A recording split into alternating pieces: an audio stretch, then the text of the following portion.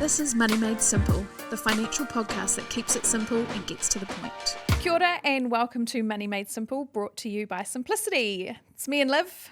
Hi, Liv. Hey, Jenny. How you doing? I'm very well. I'm glad because today we're going to be talking about hedging. Yay. Hedging is fun, right? It's one of those investing terms, unlike the other ones, that actually sounds kind of simple but it's really complex. So the other way around of sometimes what we talk about, those terms that sound complex and are actually simple. Yeah, whereas this one sounds, you're like, yeah, hedging, I kind of get that. Yeah. Hedge your bets. Gardens. Exactly, but when it comes to it, it's actually, if you ask me any questions, I'll be like, oh, actually, I don't know what hedging is. And I know that our members feel like that. It surprises me, but it's one of the most popular requests that we get for a podcast is about hedging. Exactly, yeah. We when we put the word out there on our gram or whatever and say, what do you guys want to know about? Hedging, for some reason, almost always comes up. So we're doing it. But we're doing it for a second time, right? Yes. Caveat. Yes. Disclaimer. This is the second time we've attempted to do this podcast. The first time we did it, maybe we got ourselves in such a tangle that when we took it back to old Simplicity HQ, they didn't feel like we'd done a good enough job for you, our lovely listeners. No, the compliance said no. Yes, they did. So we're trying again. So that's just anyone that's watching on YouTube or on Spotify, you may see us looking at our computers a lot more this time, more than usual, because we don't want to screw it up. We want to get it right and not have to do a take 3. Second time lucky. Yeah. Cool. 1, 2, 3, go. Okay, so let's start. Actually, I'm a bit of a word geek, me and my little English degree. And I like the origin of words, and hedging is one of those words that's actually quite useful to understand. So you mentioned gardening before. The origin of the word hedge is to plant or build a fence or plant shrubs around your property or livestock or crops, for example, to protect it from external risks. Okay, so external risk being animals, predators, or weather or whatever. Exactly. So you're putting something in place, you're putting a protection in place around your asset to protect it from external risk. That's what it meant then, and that's kind of what it means now. Yeah, so you're not avoiding risk altogether, right? It's just from a particular risks. Yeah, that's a good point. So it doesn't necessarily mean that the risk isn't there, but it does in some way mitigate the full impact of that risk. Cool. Okay, so let's go through, just to make it a little bit easier, some everyday examples around hedging that can help us understand it. Okay, so we're in New Zealand, many of us are homeowners, and so we'd be familiar with the choice between a fixed and a floating rate. So at various times you have to make that decision. Say the bank's offering 5.5% for a 2-year fixed rate, and their floating rate is 6%. Yep. If you choose to lock in the 5.5% rate, you're creating some certainty and you're also saving yourself a little bit of money. If the floating rate was to go up, you've protected yourself from an increase in costs. But if the floating rate goes down, then you are missing out on that potential. You're still locked in, right? So you're still locked in for that period. So that is a good example of hedging, and most of us are doing. Well, homeowners are doing that. Any others? Another one would be insurance. So say you're going travelling, you purchase some insurance. If something happens, your flight gets cancelled and you need to call on that insurance, then you'll be glad you spent that money. But if nothing happens, then you've paid for that insurance essentially for nothing. It's giving you some risk mitigation, isn't it? It's protected you against certain risks. Okay. Yeah. So sticking with the travel thing, another one would be actually around foreign exchange hedging. So when you go travelling, sometimes you will transfer or exchange some money over to the country that you're travelling to in advance, right? So let's use the US as a easy example. You might go and get $1,000 of US dollars out, right? Yep. That basically mitigates against the volatility. Oh, that sounds so wanky and technical, doesn't it? That basically protects against foreign exchange, the New Zealand dollar versus the US dollar going up and down. You just know what you've locked in and you have that money to spend, right? Yeah, absolutely. Yeah. It might not end up being the cheapest option. No. Like if you've bought your $1,000 in advance and then the value of the US dollar goes down, then you might have been able to buy more US dollars. But it's really good for, again, certainty, planning, you know what you've got. So, that's another example of hedging in your kind of everyday life. And there's pros and cons with hedging. and not hedging, right? Like most things in life. You are balancing the cost and the protection Yeah. against the opportunity. And I think there'd be loads of examples if you thought of them that we do that kind of thing in everyday life. We just don't necessarily call it hedging, right? Yeah, exactly. And businesses do it all the time as well. So we seem to have a bit of a travel theme here. But if you think about the aviation industry, for example, so an airline, one of their biggest costs is fuel. And the price of fuel goes up and down depending on supply, what's going on in the world, war, all sorts of things. Super volatile. It really is. So, but they can't reflect that volatility in their prices. The price of flights can't go up, swing around up As and fuel down. gets a bit more expensive or they get a deal. So what they do is they lock in a price for their fuel over a certain period, and then they can create some stability in terms of their pricing. If the price of fuel goes up, then they're protected from that volatility and they can keep their prices stable. If the price of fuel goes down, then they are missing out on saving some of... They would have been able to buy the fuel at a cheaper rate. Exactly. Yeah. But they're choosing to set that rate, right?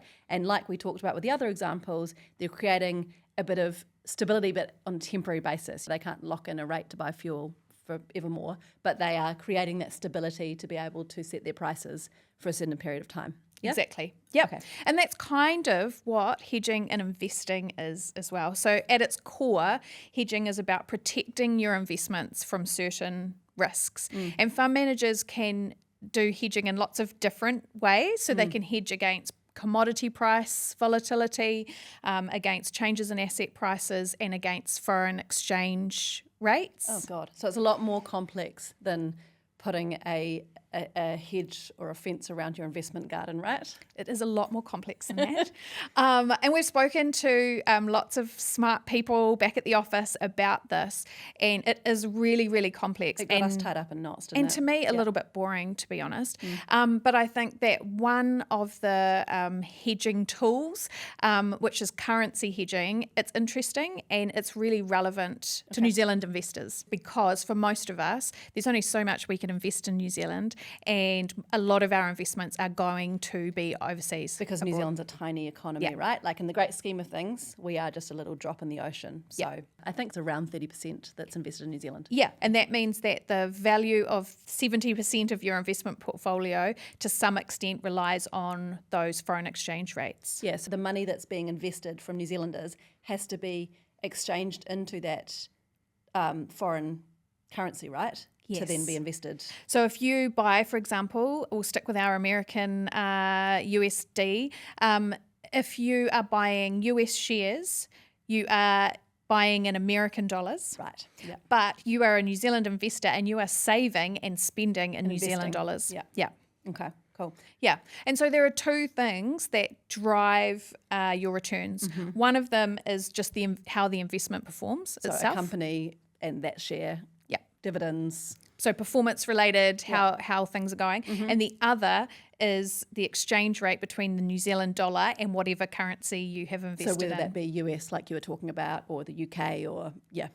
And you can't control the performance of the company, but by hedging, and we'll talk about that in a second, you can control to an extent that exchange rate fluctuations. So that impact on the performance of the share.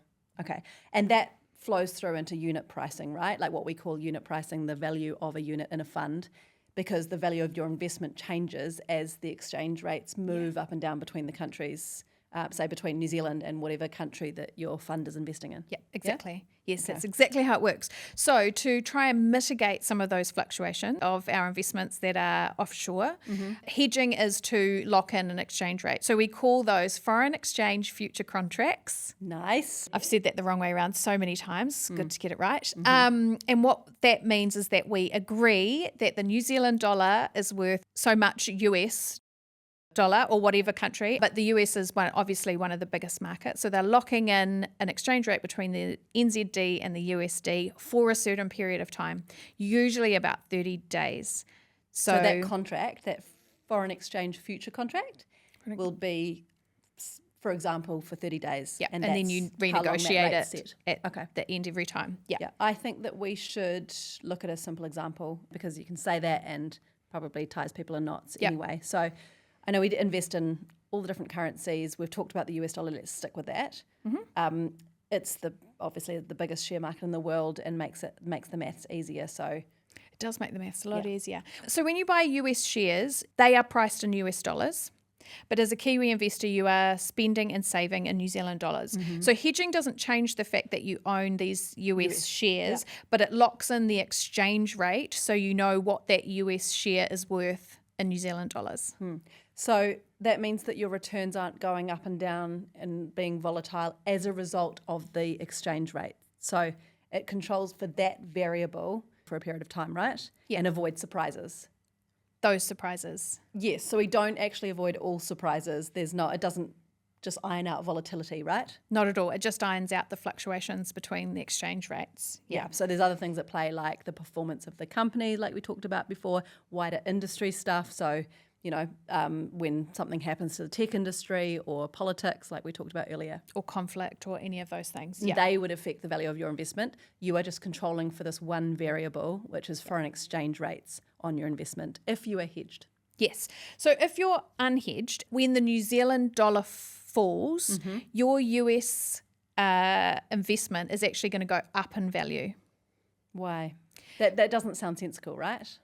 Because your US investment now buys more New Zealand dollars. So if you were to withdraw, If you were to make a withdrawal, your US investment would be valued at more New Zealand dollars at that point. When the dollar has fallen. And I get it. That sounds kind of confusing because to me, I just automatically think the New Zealand dollar falls sounds bad. Everything's going to go wrong. Yes, but actually in terms of our overseas investments, in an unhedged fund, that means that they are worth more. Yeah. If it's hedged, it doesn't matter what's happening to the two currencies. Yeah, right. So it's going to stay a little bit more stable from a currency perspective. From a currency perspective. So currency doesn't have an impact on your shares if you're hedged. Yeah. So what happens in the case that the New Zealand dollar goes up in value against the greenback, the US dollar? Yeah, so that sounds better to me, but actually that means that your US investment is going to be worth less New Zealand dollars. For an unhedged fund? Yes, because now the New Zealand dollar is worth more, so your US investment is going to get you less dollars If you were to withdraw. Yeah. Okay. And again, it's going to not have an impact on that particular variable if you're in a hedged fund. Yeah. I think that makes sense, although I feel like we could talk about this again and I'd again get my ideas twisted and get confused. So I think in take one when we did it the first time, I offered to draw some pictures and leave those in the show notes. I might still do that, actually. Okay. Let's move on to the costs around hedging because there are a couple of costs, right? Yeah, and we talked about that a little bit when we were talking about mortgage rates and insurance. It's the same with investing. So there is two costs. There's a direct cost. So there is usually a small fee involved, admin fee involved in setting up those foreign exchange future contracts. Oh, you got them so good now. It's just rolling off the tongue. But that's not very significant. The real cost is the opportunity cost. So as we hopefully really clearly explained before, when your fund is hedged, the exchange rate is stable. So you are mitigating against the risk of the New Zealand dollar going up and down. Yeah. but you are not gaining, you're not boosting the value of your investment when the New Zealand dollar goes down. Okay. So the opportunity is that you miss out on an increase in value. So as you talked about with mortgages, that goes on in our everyday lives, right? Like we're always weighing up opportunity versus costs. It's a classic FOMO sort of situation, I think. The main thing to remember here is that hedging is not something you really need to worry about. Like when it comes to your KiwiSaver or investment funds? No, the fund manager is going to do all of that for you, and they'll have some kind of hedging policy that sets the hedging rates.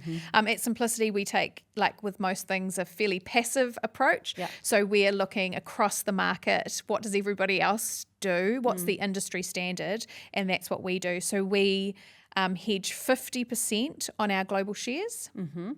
Okay. So 50% hedged, 50% unhedged. Right. So kind of like a mix of both, best of both worlds. We're hedging against hedging. Yeah, hedging. Yeah, we kind of are. It means that we are taking some of the risk out of the New Zealand dollar going up, and we are getting some of the benefit of the New Zealand dollar going down. Okay. And That's not the same for our global bonds, right? No, they are hedged 100% because bonds are all about stability and sort of fixed returns. So they just hedge those 100% and then there's no currency noise. Fluctuations. Yeah. Okay, cool. So 50% hedged versus unhedged on global shares, 100% hedged on global bonds. That's the simplicity approach. Yep. You've got it. Cool. And it doesn't matter if you're with Simplicity or another fund manager, you don't have to stress about any of this. No, there's no action that you need to take. I think, as we always say, though, knowledge is power. And if you are not with Simplicity and you want to know about hedging with the investments through fund managers that you have, go ask them. You can go find out via their documents. Yeah, I think it would be in the SIPO or the PDS. I don't know. Yeah, but you're welcome to reach out. Like it's something that they will easily be able to tell you as to what their policy is. If that so interests you. Yeah. So I think to wrap up, if the question is to hedge or not to hedge, then the answer is do both. Okay. Or don't worry about it. Or chill out, don't worry about it. Cool. Yeah. So hopefully people have come away a little bit clearer on what hedging means and what its origins are. Yes. And so maybe you're at a pub quiz and they're asking questions about the origins of words and maybe hedging will come up. I'm sure it will. Maybe we've got to make our own pub quiz and make sure that it's in there. Maybe it'll be a financial pub quiz. The Simplicity pub quiz. Simple and straight to the point. Anyway, I think that's enough. So we'll catch you next time. Thanks. Ka kite anō.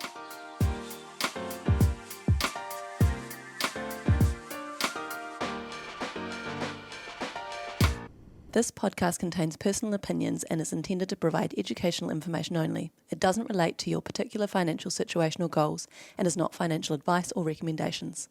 Simplicity New Zealand Limited is the issuer of the Simplicity KiwiSaver scheme and investment funds. For product disclosure statements, please visit Simplicity's website simplicity.kiwi.